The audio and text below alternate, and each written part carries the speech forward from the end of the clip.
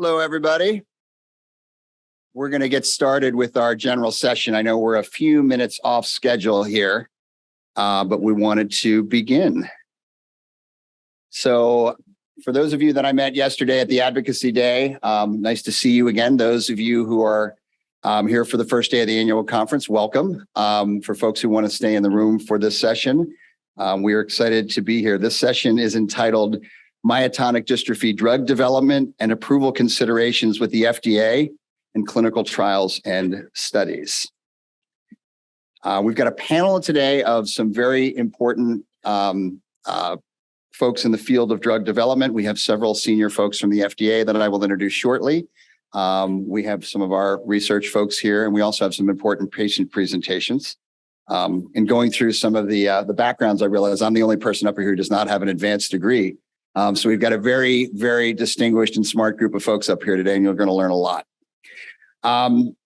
September 15th, 2016, the Myotonic Dystrophy Foundation hosted the first externally led patient-focused drug development meeting.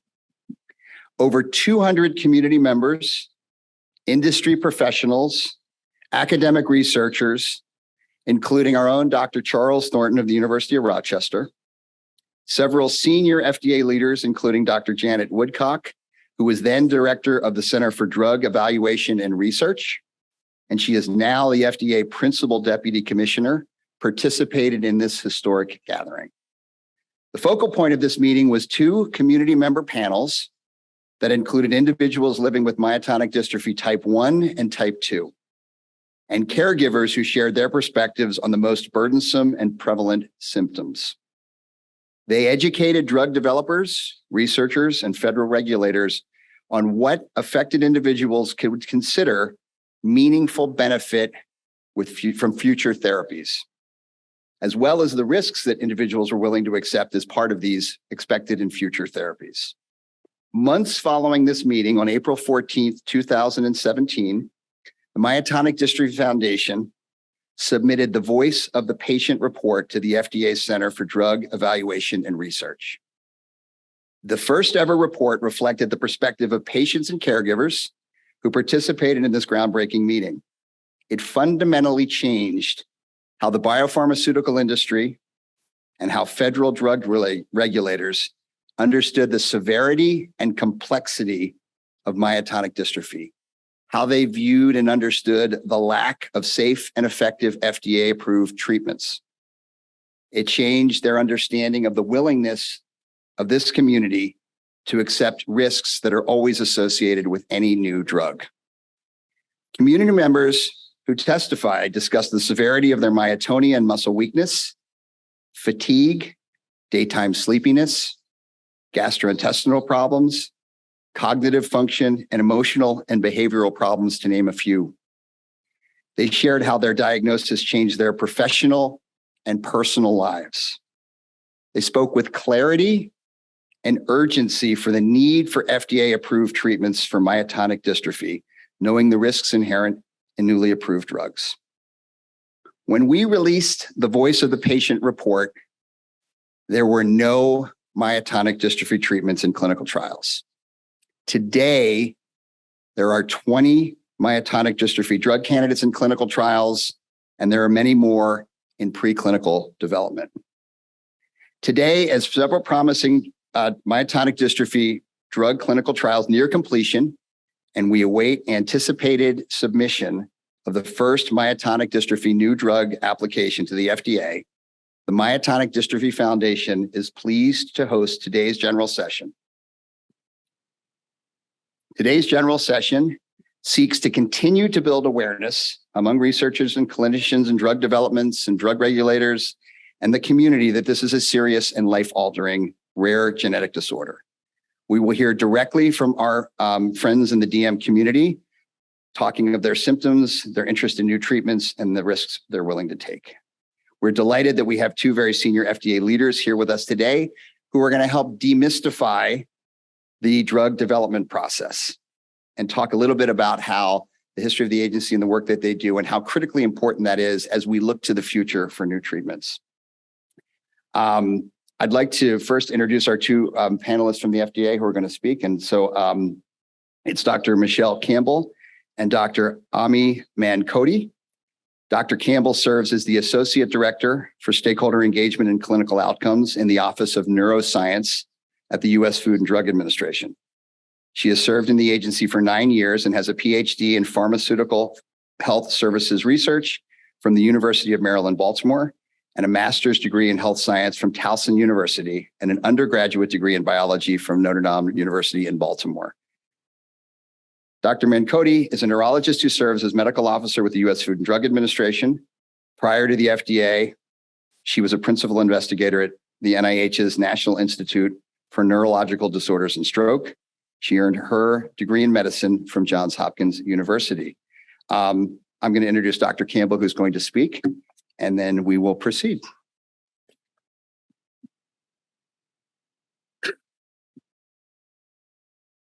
Well, thank you and good afternoon. I'm very excited to be here today. I cannot express the great joy I had when I walked down here from the escalators to see all of you here today. I spent the beginning of my career working in a children's hospital with children with developmental disabilities. And it was by far my prolific life experiences to have that job. And so I miss seeing people sometimes. And so it gave me a big smile to see you all here today. I also want to welcome all of you online. Hello out there. And I want to also let you know that some of my FDA colleagues are also watching this session back at either at White Oak, where I would say it's probably about 10 miles north of here in Maryland, maybe a little bit less, probably a little bit longer drive because of traffic, or from their respective homes. So as Kevin said, my name is Michelle Campbell, and I'm in the Office of Neuroscience, which is based in the Office of New Drugs in Cedar. And we are the center and we are the office that reviews everything that is being developed before it reaches the market. So before it is available to you to take. In the Office of Neuroscience, we actually have 5 divisions, and 4 of them are therapeutic. We have 2 divisions of neurology. We have a division of psychiatry. Our divisions of addiction, analgesia, and pain medicine are our clinical divisions. And then we have a division of non-clinical, who looks at all of our non-clinical data and safety. And so it is a very exciting time right now in neuroscience, we believe, with the recent approvals in various diseases and disorders. And we know that this is an exciting time for you as well, as the hard work that has gone on into the development of potential treatments and therapies may make it to that final finish line, that cross line that everyone hopes for. We hope for that as well. Please know that we are happy when there's good news, and we're sad when there's not good news. When we hear that something that may have been promising did not work out, we feel your sadness as well, because we're also sad to see that, and we're elated when we see that something works. Today, I want to talk to you about how to include your voice into drug development, and really about the drug development process in the FDA. What do we do? What is actually our directives under U.S. law that we are mandated to do? And so I'm going to take the next couple of minutes to talk about this, but I really don't want to speak the entire time because I do want to get back to our conversation that we're going to have today. So the history of the FDA, really the more modern FDA that we think about, actually began back in 1906 when the Pure Food and Drug Act was passed. And this act added the regulatory responsibilities to our scientific mission at the agency. It prohibited the interstate transport of unlawful food and drugs under penalty of seizures. And I think it's also important to remember that we always, our folks in our Center for Food and Nutrition say that they've put the F in FDA food. To put into perspective, the FDA regulates 20% of a dollar for the US GDP. So we regulate a lot of things. And so a lot of the things when the beginning of the FDA started was really focused a lot of things on safety. as well, and really the beginning of the aspect, and food and drugs have always been a part of that conversation. At that time in 1906, it did have some shortcomings because we didn't regulate devices or cosmetics. And yes, we regulate cosmetics as well. And it really didn't give the FDA any really authority to inspect factories and manufacturing sites. And we couldn't prosecute for false claims. So someone promoting that their magical medicine elixir will work, we couldn't do anything about that at that time. And it didn't give us any control over how drugs were marketed. The next defining point that we really talk a lot about that people still we refer to is what happened in 1937, which is when a company introduced the elixir sulfonamide, which was a flavorful medicine to be a new and effective in this wonder drug. And if you know the story, you know that it was manufactured with a solvent. It was manufactured with diethylene glycol, other known as antifreeze. And children died from taking this. And when this happened, there was obviously an uproar and change happened. And that actually presented what we still fall under to this day for our regulations, which is the 1938 Food, Drug, and Cosmetic Act into law. So it replaced the Pure Food and Drug Act. And really, this act is what we still follow. It gets amended with new things over time. But this is the root of what we do every day. And it gave us oversights to cosmetics and therapeutics. It required that new drugs need to be shown to be safe before marketing, and therefore really started the system of regulation, authorized us to go visit and look at factories and manufacturing sites. So we finally get this concept of safety introduced, that we need to make sure we're putting things out there that are safe for folks. In 1962, we got a new law that was amended to the Food and Drug Cosmetic Act called the Kefauver-Harris Drug Amendment. And this was, at that time, I think a lot of us know the story of the thalidomide story of a new sleeping pill where children were born with birth defects that were seen mainly in Europe. And actually what happened in the US is that we had a new young medical officer at the FDA who started digging into what was going on and actually stopped it from being approved by looking at what was happening.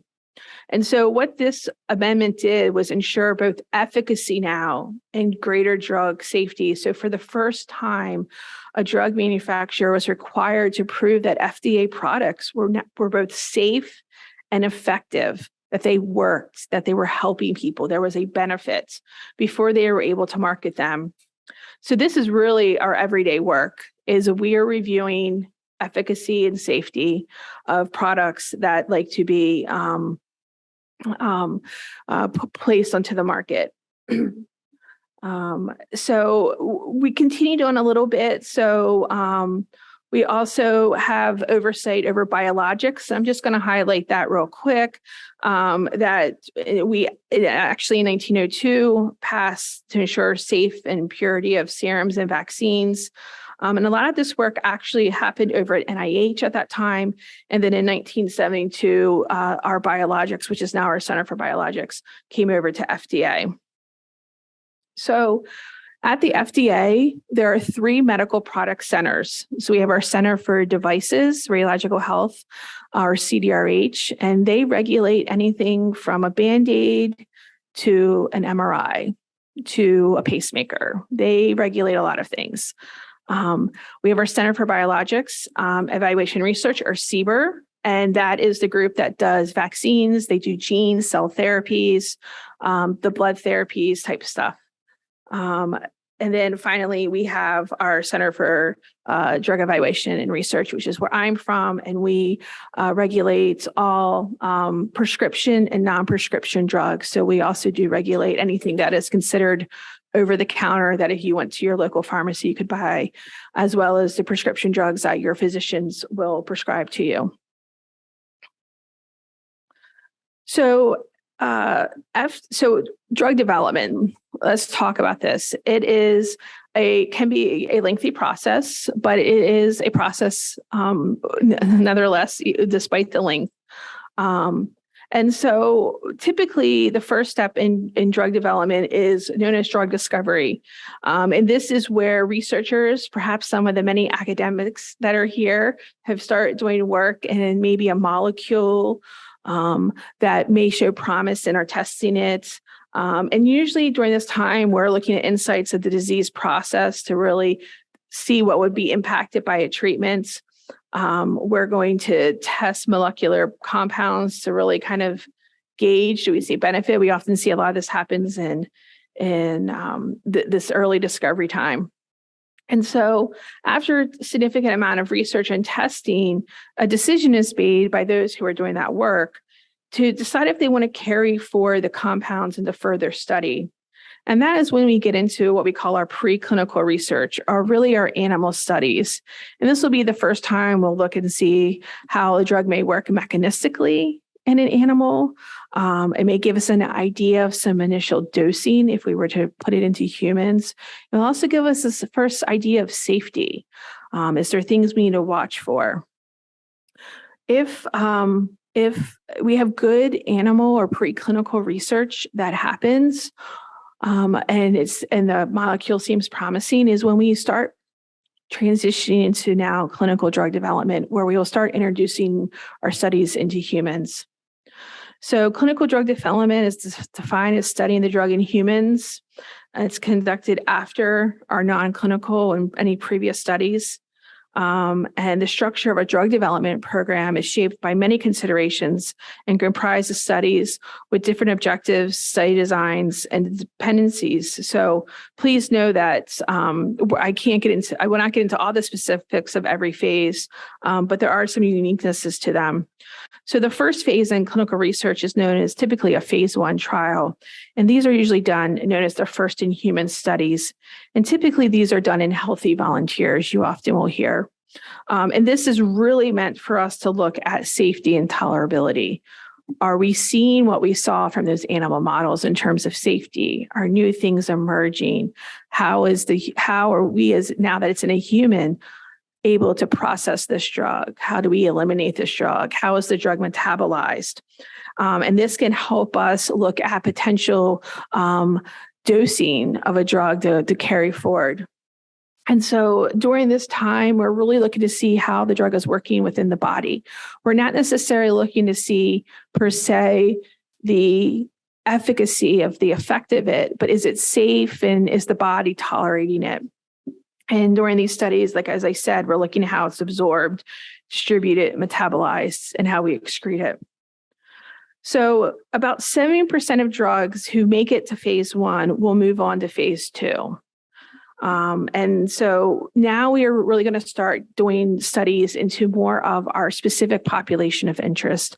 And typically that can be tied to a disease or disorder. So if we had high blood pressure, they would look for patients now who have hypertension to enroll in their trials. So the next studies are usually our phase 2 studies, which in here we are beginning to accumulate safety data about how the drug works in the body. These trials are often a little longer, as well as we are starting to look at dosing, what dosing works. And this is when we begin to look for that benefit. How is the drug working? Do we see a change? Can we measure that change? And this is really a critical point in the clinical development phase, are these phase 2 trials. And about 33% of drugs who make it that far will move on to a larger trial. And so we do want to make sure during our phase 2 time that we're collecting as much data as possible to make the best decisions. So our phase 3 trials are often known as our confirmatory trials, our pivotal trials, our registrational trials. They have all different names. But this is typically the largest trial that is really used to intended to support a marketing application. And here we are looking to see, really, we're looking for a population that will represent who this drug potentially be prescribed to. We're looking to make sure that this drug works and that is safe. And we're continuing to evaluate safety. We're continuing to evaluate how this drug works. Um, Typically, these trials, depending on your disease or disorder, will vary in length. And diseases that may be acute, for example, an infection, their trials may be much shorter.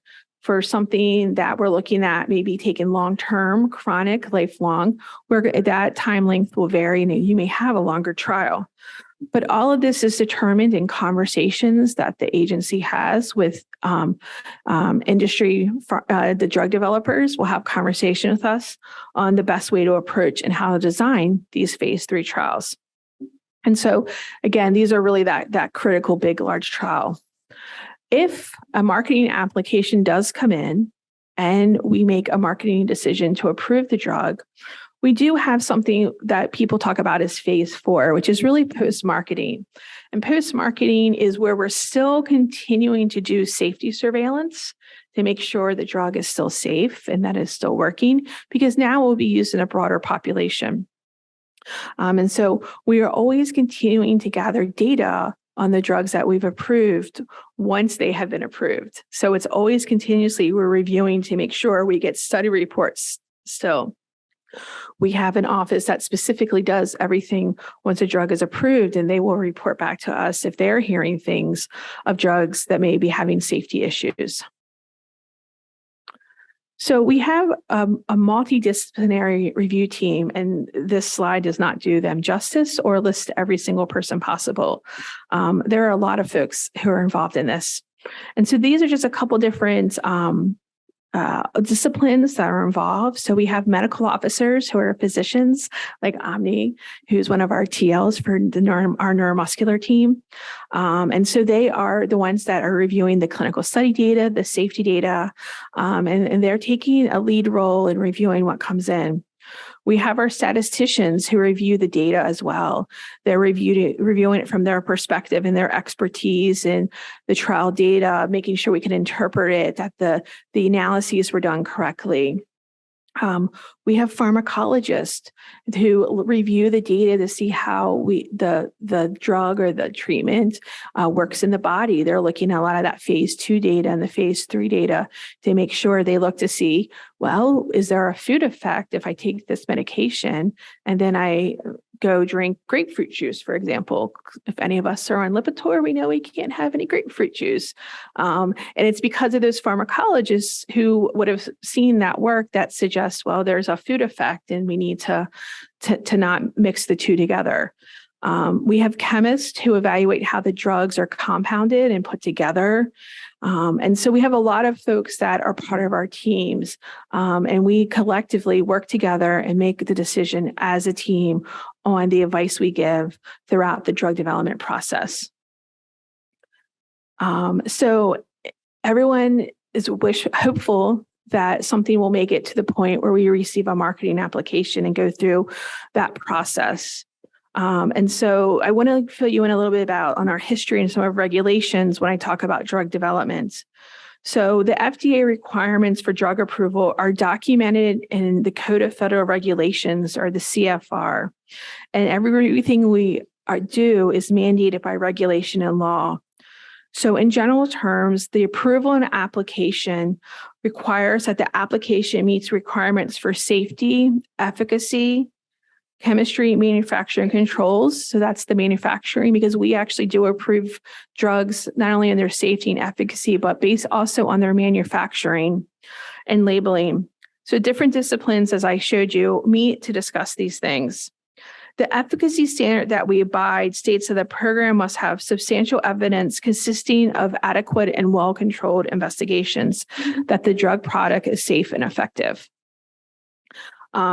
And that we can describe this adequately, correctly in proposed labeling. Depending on the disease and depending on the number of patients, such in rare diseases, our ability to say certain disease and the definition of substantial evidence may vary, which is why we always encourage early communication to our industry partners who are developing drugs to come talk to us. So we then have our safety standard, which talks about that we have to have that our applications cannot be approved if we don't have adequate testing of safety and really a good database of understanding what's happening. We also have regulatory frameworks and how we make our decisions that are outlined. But in the end, what we're trying to do is we're trying to look at something called a benefit risk framework, which is where we really are weighing what we see in the data and what the evidence tells us and what we hear. And so what we do know in here is what we really want to make sure that we've done through good development is take those stories that I hear from lots of patients and their caregivers about the impact of a drug. I was able to do this. My child, if it's in a pediatric disease, was able to do this. And how do we take all those anecdotal things and put them together in a rigorous way and evaluate? And that's why we really wanted to have good study designs. Again, this is why we always encourage people to come talk to us early to really help us do that. Because in the end, we will have to make a benefit risk decision and do the benefits outweigh the risk? And if there is risk, can we mitigate those risks? Real quickly, I just want to highlight some other things that you may be interested in to know about FDA. We have different designation terms that often get floated around. One of the big ones is orphan drug status, which is defined that it's available, this designation is available to drugs, which are in biologics, I should say, as well, which are intended for safe and effective treatments, diagnosis and prevention of a rare disease or disorder with people fewer than 200,000 in the United States, or to treat a condition that affects greater than 200,000 people, but there's no reasonable expectation that the sales of the drug will be sufficient to offset the cost. And so drug developers can apply for this. And it grants special status and for the sponsor who has applied for this. And it does incentivize trying to get drug development for rare disease to occur. We also have something called expanded access, and I want to highlight this real quick as well. Expanded access is the program that we've had, and we've been operating for many years at the agency. And so for expanded access, it's really for folks who have serious and life-threatening conditions who their life is immediately in danger, and there's no comparable or satisfactory alternative therapy available, and that they cannot enroll in a clinical trial. And so expanded access is an application and possibility that between a physician applying to the FDA for expanded access to a investigational therapy. And FDA typically grants these. Obviously, there's different workings with the company that may be working on the investigational drug for access. But we do have a program that does allow this, and it is used. It is used when needed, and we do approve. Typically, I think the statistics I heard is like 99% of these expanded access requests. So, why are we really here? Well, we're here for you. And personally, I said this at a meeting I was at yesterday for another rare disease. I'd really not like to have my job, because I'd really like to be able to find a treatment so I don't have to do this. And so everyone has options. So we're here for you. Our job is to protect you. Our job is to help you. In the end, we want to find something that is going to benefit you as well. And so as Kevin mentioned, you guys had the very first externally led patient-focused drug development meeting. But what is patient-focused drug development if you haven't heard of it before?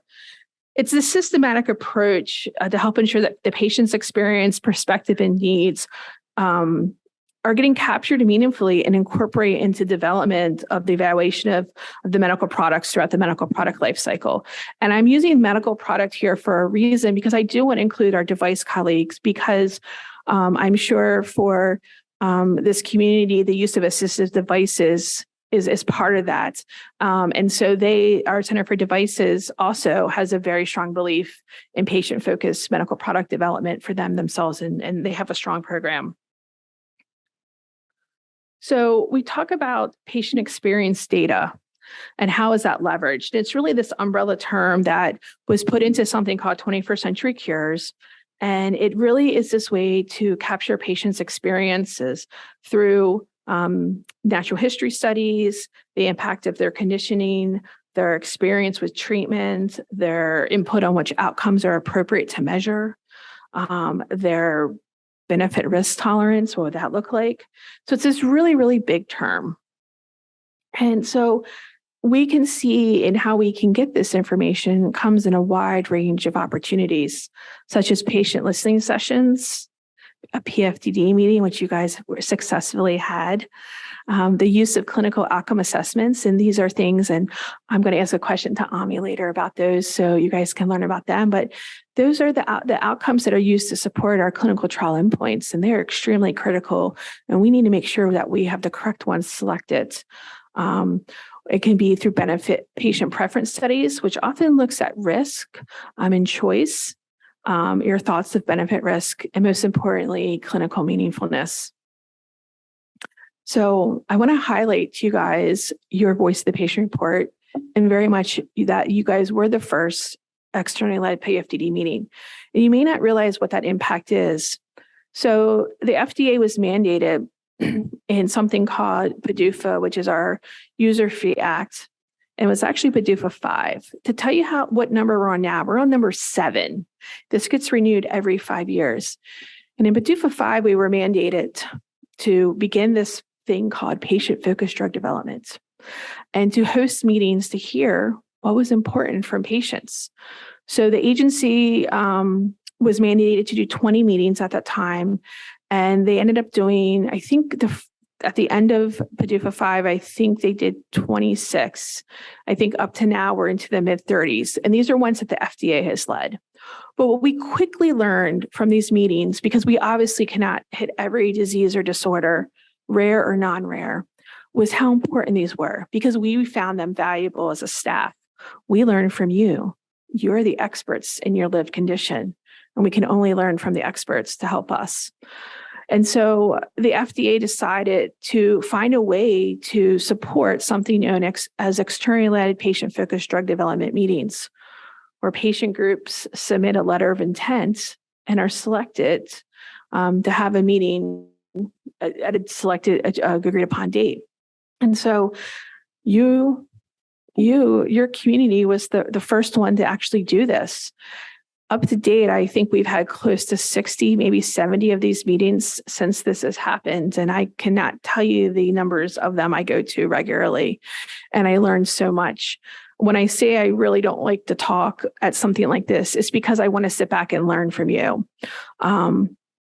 And so I want to applaud you on your efforts to have that meeting, and you're continuing this to inform the agency about what your lived experience is.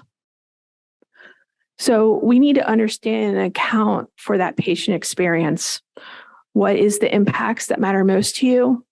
How does the most commonly studied endpoints in the trials, do they make sense? Are they going to capture that? Are there currently conducted trials in a given disease that are excluding patients? If they are, why? Is it because of something that we can make a change to? Or is this something that we need to think about for future development because of a barrier? And I think it's important to make sure that we're using protocols that make sense for patients. Really, patient-focused drug development is a spectrum. It should not be a one-time engagement opportunity to talk to a couple patients and say, hey, FDA, I talk to patients. It really is a spectrum, and there's multiple opportunities to include the patient voice and their family's voice throughout the drug development process. And we very much encourage that. So really, in the end, for our goals of experience data, for its collection is ensuring the confidence and reliability and accuracy, that it helps reduce our uncertainty when we see data that comes in, and that this advice is being promoted correctly. Real quickly, I just want to highlight the methods and ways the agency has actually put out a methodological guidance series. I will tell you right now, it's a little heavy. It's a little heavy to read. I helped write it, so I know. And I say that because people can get intimidated when they open it up. So I'm trying to set realistic expectations. But we put together a guidance series, and if anyone in industry has ever seen an FDA guidance, it is the most non-FDA guidance looking thing you've ever seen. Okay.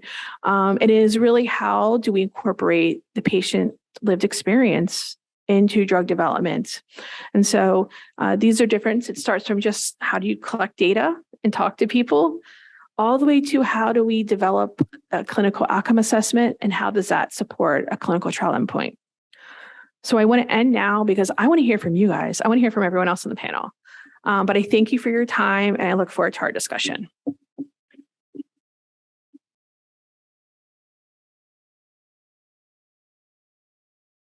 Thank you, Michelle. That was terrific. Our next presenter is Dr. Nick Johnson.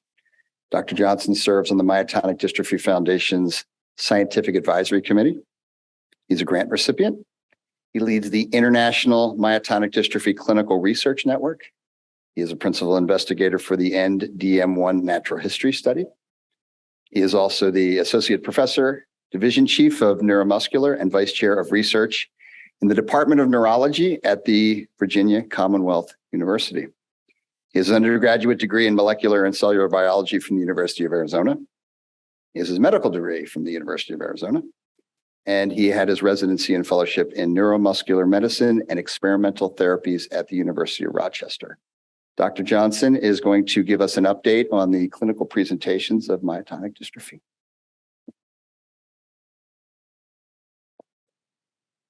Thank you for that, and thank you for the kind introduction and taking the time for this important session. I'm going to try and keep this brief. I'm going to try and cover all of myotonic dystrophy in just a few minutes, because I really feel like my colleagues to the left are going to put color on these slides when they talk about it. So these are my disclosures. So myotonic dystrophy types 1 and 2 are both autosomal dominant disorders caused by either CTG or CCTG repeat. And what that really means is that these repeats are actually not in the coding section. I'm going to explain that in a second. So myotonic dystrophy type 1 is a very common rare disease. Current estimated prevalence about 1 in 2,100. Unfortunately, myotonic dystrophy type 2, we really don't have a very good prevalence estimate to date, but it's likely less common. So what causes myotonic dystrophy? So normally when you make proteins, they start as DNA and then they go to RNA. That RNA gets cut to be the right shape, which becomes a protein. But in myotonic dystrophy, you have these repeat expansions that sequester or bind this important splicing protein called muscleblind, among others. And when it's moved over to the repeat, you can see that rather than making the right type of RNA and protein, you make the wrong kind. And when that happens, that particular protein is not functional in the cells. And so there's lots of different examples of how that happens. There's a few listed there at the bottom, but that's the basic outline of what causes both myotonic dystrophy type 1 and type 2. So for myotonic dystrophy type 1, the core features are in the skeletal muscle include weakness and wasting, particularly affecting the hands, the cranial and respiratory muscles. And then you can see an example there in the video of myotony, which really affects the hand and forearm muscles, which is really this inability to open and release your hands. But it's a truly multi-systemic condition. That's actually why your patient voice is so important and important to capture during the course of clinical research. Because it affects the respiratory system. And in fact, breathing problems are the most common cause of death. Cardiac arrhythm or electrical disturbances are also the second most common cause of death, but it affects the cataracts. People can often have irritable bowel type syndromes in the GI. There's a number of different endocrine symptoms like insulin resistance or thyroid disorders. And of course, the brain can be affected, and that's most commonly seen in terms of difficulty with daytime sleepiness and fatigue. But there's a whole other range of abnormalities that may occur. And more recently, people have found an association actually with an increased risk of cancer.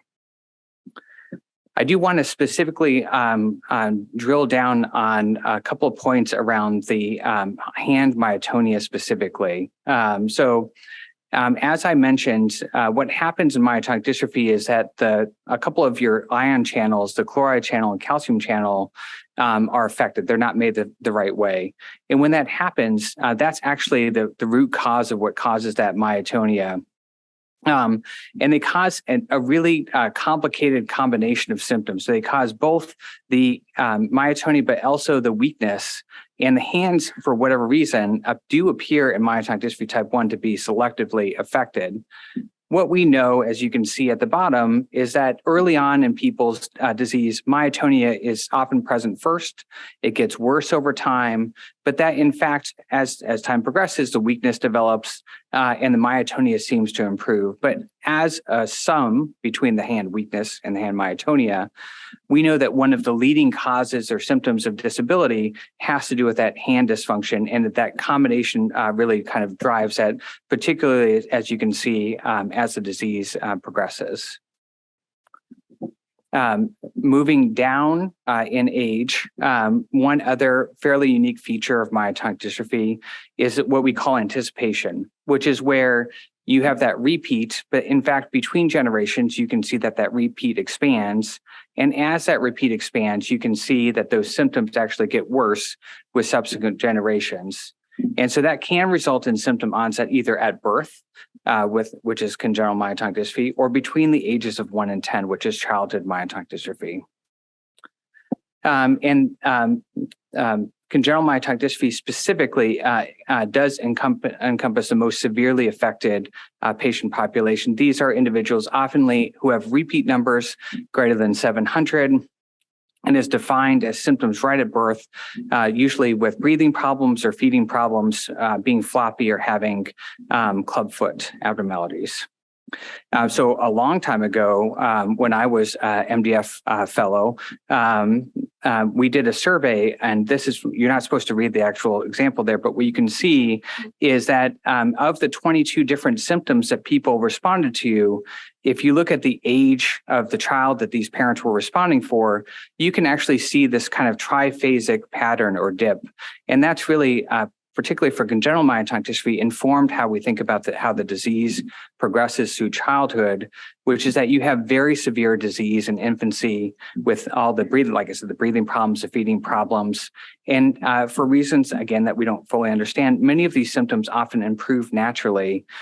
In childhood, for children with congenital myotonic dystrophy is really marked by the intellectual impairment, the autistic features, ADHD, and GI symptoms that occur. And then some point in adolescence, children often have superimposed what we would consider adult symptoms. So the myotonia, the fatigue, the distal weakness that develops, and then at that point becomes more progressive. So that really is just an example or a concept of how we think about how the disease progresses specifically during childhood.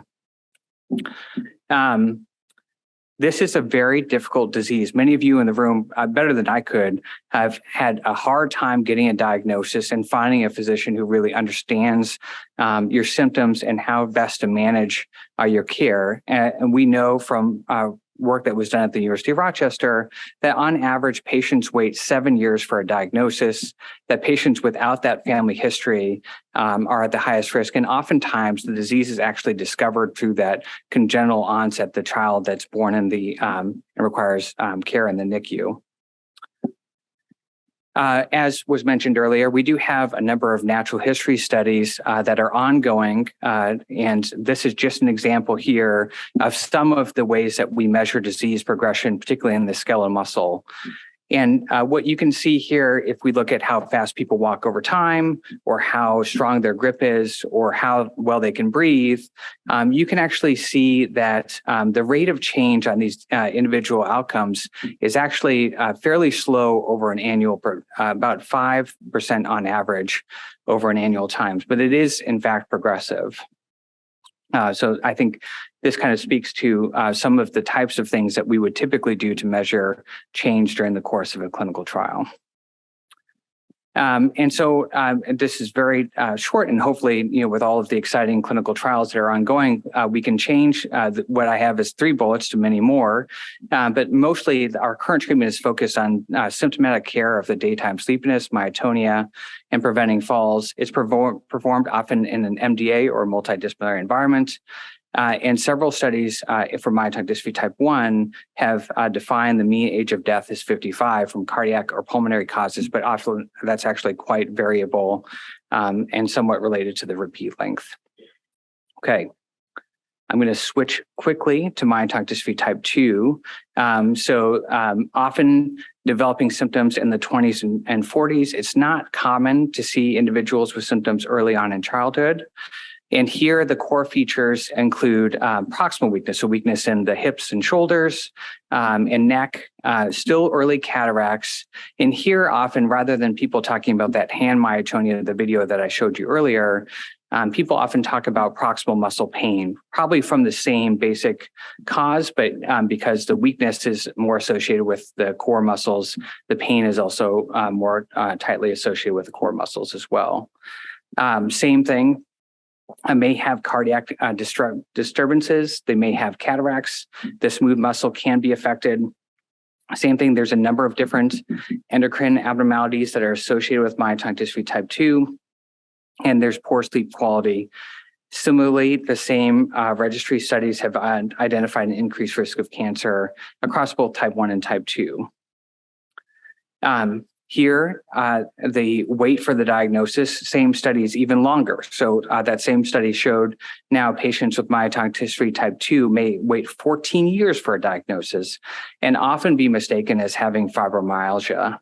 And not different than my slide in myotonic dystrophy type 1, the current treatment really focused on symptomatic care of daytime sleepiness, the pain, endocrine abnormalities, often in a multidisciplinary environment. And so with that, I would like to thank the funders, including the FDA and many of the other investigators in our myotonic dystrophy clinical research network. I'll turn it back over to the patients.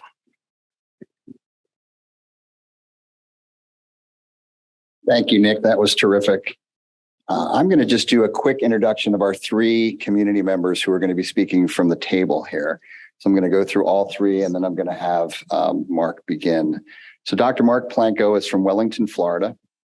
Mark is joining us today to share his thoughts on living with myotonic dystrophy type 1. Prior to his diagnosis, Mark practiced veterinary medicine for 32 years and ran his own practice. Our second speaker is Haley Martinelli. She's from Brooklyn, Ohio, and serves on the Myotonic Dystrophy Foundation's National Board. She was diagnosed with myotonic dystrophy type 2 when she was 23 years old.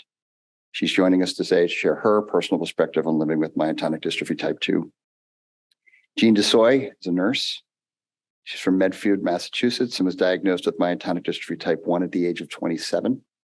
She's at Beth Israel Deaconess Medical Center in Boston, and she's the mom to a happy and healthy 3-year-old son. So Mark, if you will take us off, and then you'll walk down the row. Thank you. Well, I made a copy for the 2 FDA representatives because speech in myotonic dystrophy is sometimes difficult. So you can, in case you can't understand me, you got a copy. So my name is Mark Planco, and I have myotonic dystrophy type 1. I'm a 58-year-old husband and father of 2 children. I've been a veterinarian for 32 years. I own my own practice for 27 years. I was forced to retire due to my physical limitations caused by myotonic dystrophy, now when I decided to retire. My desire to practice and treat patients is still my passion. Having that taken away from me has been very difficult. I was diagnosed with DM1 at 40 years old. My wife, Lori, told me that I held my breath for long spells during my sleep, so I went to have it checked. The doctor who examined me noticed the myotonia in my thumb reflex and told me that I had myotonic dystrophy and sleep apnea. This is the first I'd ever heard of myotonic dystrophy. And before my diagnosis, I was on top of the world. I had a great marriage. I had two gifted, very precocious children. I had my parents lived locally, my in-laws lived locally. I had a very successful veterinary practice, and I had a dog. Perfect life. I was strong, athletic, energetic, and motivated. I could treat patients all day long, and then I was available to my patients 24/7 for emergencies, where I would go in and do the emergencies personally in my clinic. Physical limitations didn't exist. 18 years later, I have very little of that life left. My marriage is still strong, but prior to my diagnosis, we were partners and we parented and lived equally. As my symptoms have progressed, Lori's had to assume more of a role of a caregiver. My children also were diagnosed with DM. The severe symptoms of DM have derailed their dreams and prevented them from living independently.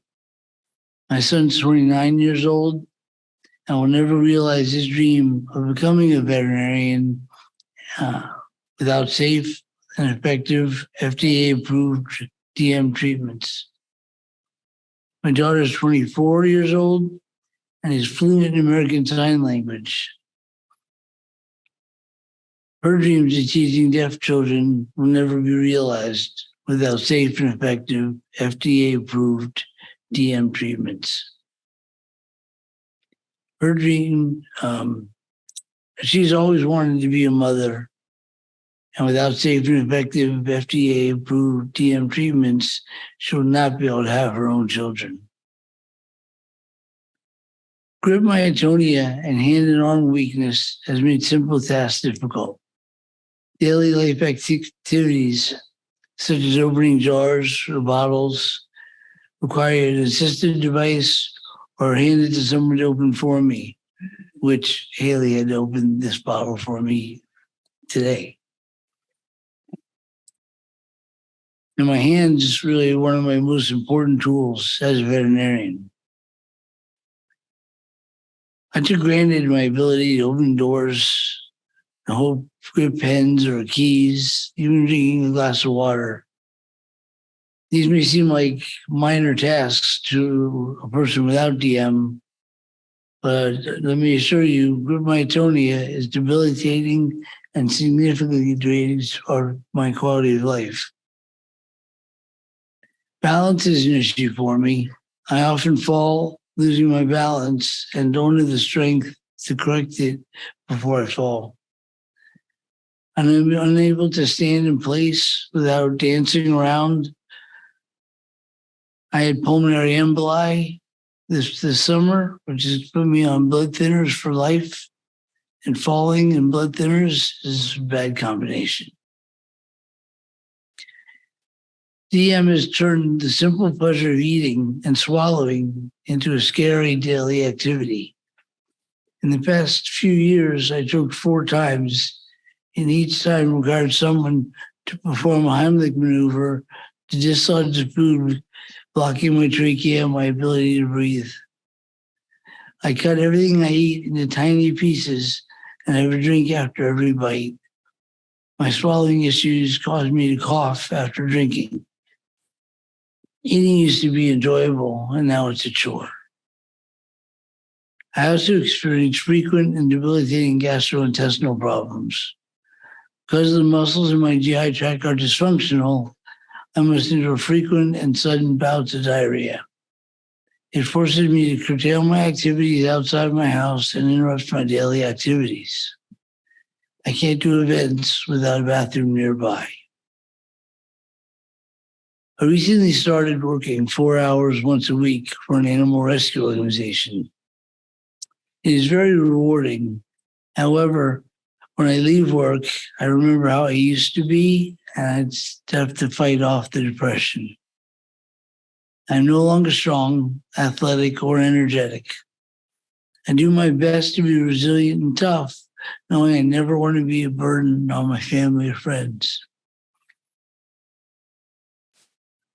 I wear AFOs, use walking sticks when I have to walk long distances, and require hotels that are handicapped accessible. While I'm here to share my personal journey living with myotonic dystrophy and how it has impacted my quality of life and the symptoms I'd most like to see treated with FDA-approved medications, I'm really here for my children. I'm here for all of you in this ballroom. I'm here for anyone suffering with DM. Please know that DM is a cruel and painful and debilitating disease. Please know that our community has gone long enough without a single FDA-approved treatment. Know that we are willing to assume the risks that accompany most new treatments as long as those risks are made plain to the patients. I'm grateful for the opportunity to share my story. It was difficult to write, outlining my journey and my afflictions. It's not my personality to complain. I'm a very positive, resilient person and have confidence in the researchers in pharma making progress for effective treatments and cure. I also have confidence that the FDA will fast-track approvals for proposed medications. I hope this helps the work of researchers, drug developers, and the staff at the Food and Drug Administration will soon be reviewing new GM drug applications. I hope my presentation here makes a small contribution to a bright future for my children and everyone living with DM. Thank you, and go Gators.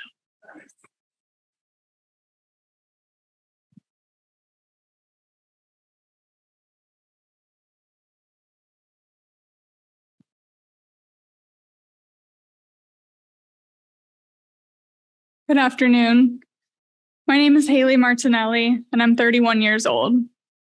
I'm grateful for the opportunity to speak with you all today, and especially to be able to speak to the FDA about the challenges facing those living with myotonic dystrophy and why treatments and a cure are so important. I was diagnosed with myotonic dystrophy type 2 when I was 23 years old. However, my symptoms began when I was a child, around 13 years old. The first symptom I experienced that made me realize something was wrong was grip myotonia. From the time I was a teenager, I would have trouble releasing my grip after doing everyday things like holding a pencil at school or opening a door.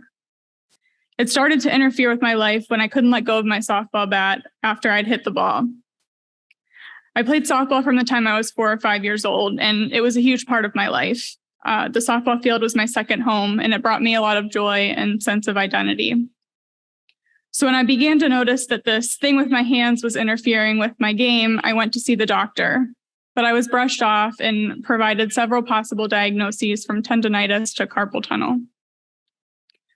I continued playing softball in college, but was barely able to make it through my freshman year. While I had never been the fastest or the strongest, I was suddenly unable to run even short distances without feeling like my legs were going to give out. I wasn't able to make it through practices without immense amounts of pain in my legs and hips. Knowing what I know now, I know that this was myotonic dystrophy showing itself. But at the time, it felt as though I was just getting weaker and slower no matter how hard I worked. As much as I loved the sport, the pain, muscle weakness, and myotonia had become too prominent at that point to ignore, and I had to quit, unexpectedly and before I was ready. Several years later, my grip myotonia progressed to the point that I sometimes couldn't zip my jacket or button a shirt. This led me to go back to the doctor, insisting that this was not carpal tunnel or tendonitis, and I eventually was diagnosed with DM2. Years after I was diagnosed, I tried to play catch with friends, happy just to put my glove back on. But the myotonia was so bad that I couldn't even throw the ball. I remember calling my mom and crying on the phone during my drive home, so upset that something that was once so important to me was seemingly an ability that I had lost for good. I was the first in my family to be diagnosed, so there was no known family history of this disease to point doctors in the right direction. But I consider myself lucky to have been diagnosed with DM2 at such a young age. DM2 is incredibly variable in how it affects people. I facilitate a DM2 support group held virtually with folks from all over, and while we can always find common ground, it always surprises me how vastly different this disease affects us. In addition to the fact that it's highly variable, there's very little research about DM2. These two things together means that folks are often diagnosed with DM2 much later in life than I was. DM2 is often misdiagnosed, and for most individuals living with DM2, it can take a decade or more to receive a diagnosis. Today, I continue to struggle with grip myotonia. I work as an attorney, and every day when I walk into the courtroom and go to greet my opposing counsel, I weigh the risks of engaging in the standard practice and courtesy of a handshake. If I don't offer my hand, I might appear rude, and it may not be a good start to a day of negotiations. But if I do shake their hand, I may not be able to let go, which I've unfortunately learned from experience makes everyone very uncomfortable. To someone who has never experienced it, myotonia may sound like a symptom of annoyance, but to those of us who live with it, it's much more than that, and it can affect so many aspects of daily living. Myotonia for me also presents often in my legs and feet. This makes getting up from a seated position difficult, as my legs are often stuck in place. For some folks, muscle weakness makes it difficult or impossible to climb stairs. For me, it's not so much muscle weakness, but rather myotonia in my legs that makes it difficult to climb stairs. One of the symptoms of DM2 that interferes most with my quality of life now is daytime sleepiness and fatigue. I really don't even like the term sleepiness because I feel that it doesn't adequately describe the absolute exhaustion and dire need for sleep that I feel on a near daily basis, regardless of how much sleep I get at night. And this makes day-to-day living difficult. I work full-time, and I'm very fortunate to be able to do so, as myotonic dystrophy impacts so many people's ability to work. And while I feel very grateful that I'm still able to work, it's just about all that I can do. I come home from work and often go right to sleep. Oftentimes, I'll sleep from the time I get home straight through until the next morning. This makes keeping up with household chores difficult and has impacted social relationships, as I often cancel plans, finding myself too exhausted after work to spend time with friends or family. Pain is the other symptom that, if there were a drug that could effectively target, would drastically improve my quality of life and many of my DM2 friends. I have gnawing pain in my legs, hips, and neck that traditional pain relief methods don't touch. There's not much rhyme or reason to the pain. Sometimes my legs will hurt after a long day of walking or standing, but sometimes it seems to be out of nowhere. When we gather for MDF's annual conference each year, it's so wonderful to see friends that we haven't seen in a year or more. But as great as it is, I don't think that we can help but to also notice the decline in our friends over the last year. Maybe last year when we saw this person, they were walking unassisted, and now they're using a mobility aid, for example. Seeing each other once a year really puts the progression of this disease into perspective. That is why it's imperative for us to have safe and effective FDA-approved treatments. Right now, we have nothing, and the community is ready for treatments. I think I can speak for a lot of my fellow community members when I say that we understand that drugs carry risks. But I urge you to let the community weigh those risks. Myotonic dystrophy patients do their research and are their own best advocates. Because myotonic dystrophy is not well known by the general medical community, those of us with myotonic dystrophy have to learn to advocate for ourselves to receive the care we need. The DM community is in need of safe and effective treatments, and we can make informed decisions about potential risks of those treatments with our medical professionals. I'd like to thank the FDA for participating in today's general session. I hope that this helps deepen your knowledge of this genetic disorder and the urgency for treatments. I hope that from my story, you will remember that myotonic dystrophy has a substantial impact on quality of life, but that quality of life can be improved with safe and effective FDA-approved treatments. Thank you.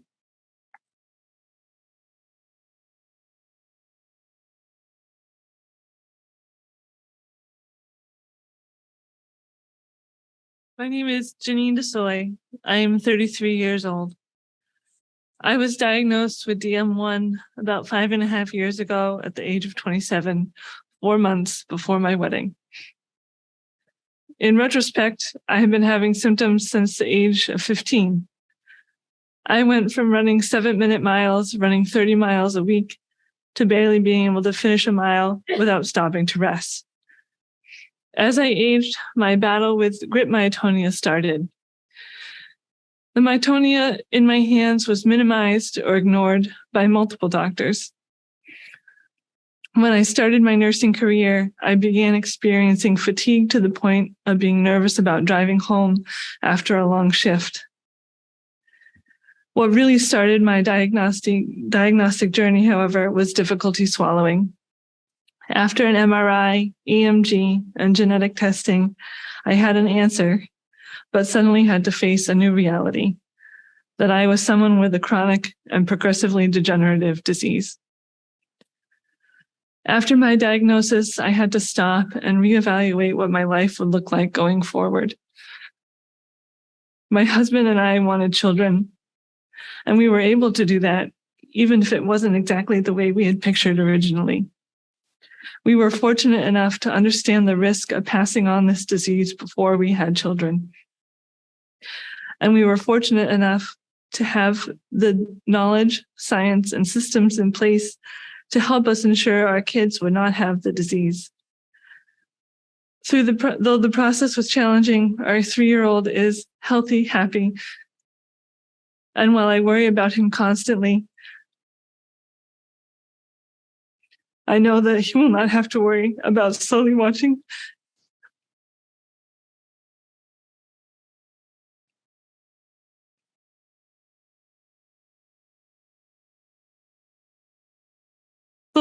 his body betray him the way I have experienced.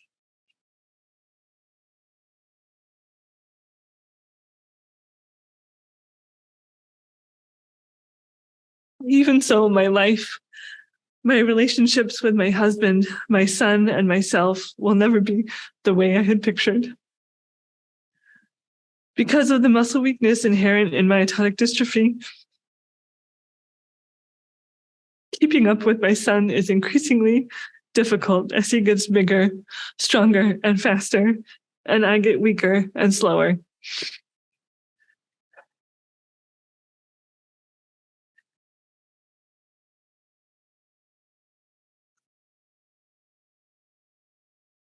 It's painful when he wants to be held or carried, and I can't pick him up and hold him for as long as he wants.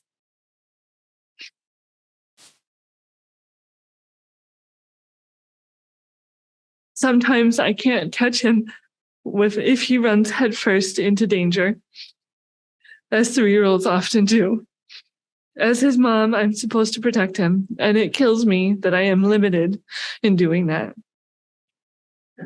The impacts of this disease have been even more significant on my career. Nursing turned out to be my calling. It's a job that I love, a job that I am good at. It's also physically, mentally, and emotionally demanding career. Some of the issues I deal with on a daily basis include grip myotonia. It makes my job as a bedside nurse very difficult. Tasks that others see as simple or negligible, I struggle with or have to find creative ways to deal with. Doing a manual blood pressure is next to impossible unless I can use my leg or the side rail to pump up the cuff. Injections are difficult. I often cannot release the needle after I am done. I need 2 hands to engage the safety mechanism, which presents a danger to me as well as my patients. I've had to change the way I administer medications. It takes me longer to set up IV tubing due to the grip myotonia. I don't know if you've ever had to open the little packets that pills come in, but let me tell you, opening over 100 a day is murder with weakness and myotonia in your hands. Myotonia in my legs affects my ability to respond to emergencies. I can't immediately stand and start running without the risk of falling, and that makes me slower to respond in situations where every second counts. I work 12-hour shifts, which are challenging enough without myotonic dystrophy. Add in fatigue, muscle weakness, and myotonia, and it becomes a struggle that I'm not always equal to. I ask myself all the time, what does this disease bring in the future? The answer is always certain uncertainty. We don't know how or when progression happens. I can tell you that it's already progressed for me in the last year, let alone the last 5 since my diagnosis. As it stands right now, there will come a point where I'm no longer physically able to do the job that I love, and it will happen long before I am ready to leave. My wish is to have treatments that can help me do my job, care for my son as long as possible. There will never be enough time, but with treatments and symptom management, I could have more time than I have right now. Thank you for being here and listening to my story. Please take into account my story and the thousands of others in the community as you consider proposals for treatments. We work with our clinician partners to manage the myriad of symptoms that come with this disease the best we can, but we need help. We're willing to take big risks as long as we know what those risks are. This population is unique in how knowledgeable they are about the disease and how invested they are in research. You have the ability to help people like me do the things that we love for as long as we can.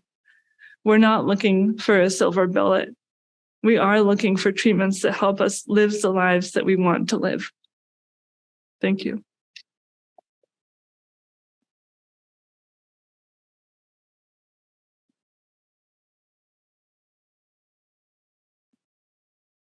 Just like to thank Mark and Haley and Jeannine for sharing their personal stories, but I know they speak for many, many, many people in this room and people who are all around the country and all around the world who are living this journey. And I'm just so grateful personally, and I know everyone else is here too, for the courage that you all have shown in sharing those stories with us today. We're going to end this session now. We've had a bit of a late start and wanted to just get a chance to thank everybody here for this really wonderful and important presentation that I think is going to carry us forward into the next phase, which is full of hope and light as we think towards a future where we're going to have treatments. And I look forward to looking back on this moment as another milestone in our efforts to realize our goal of care and cure. So thank everyone very much for everything today. And we really are so grateful for your participation.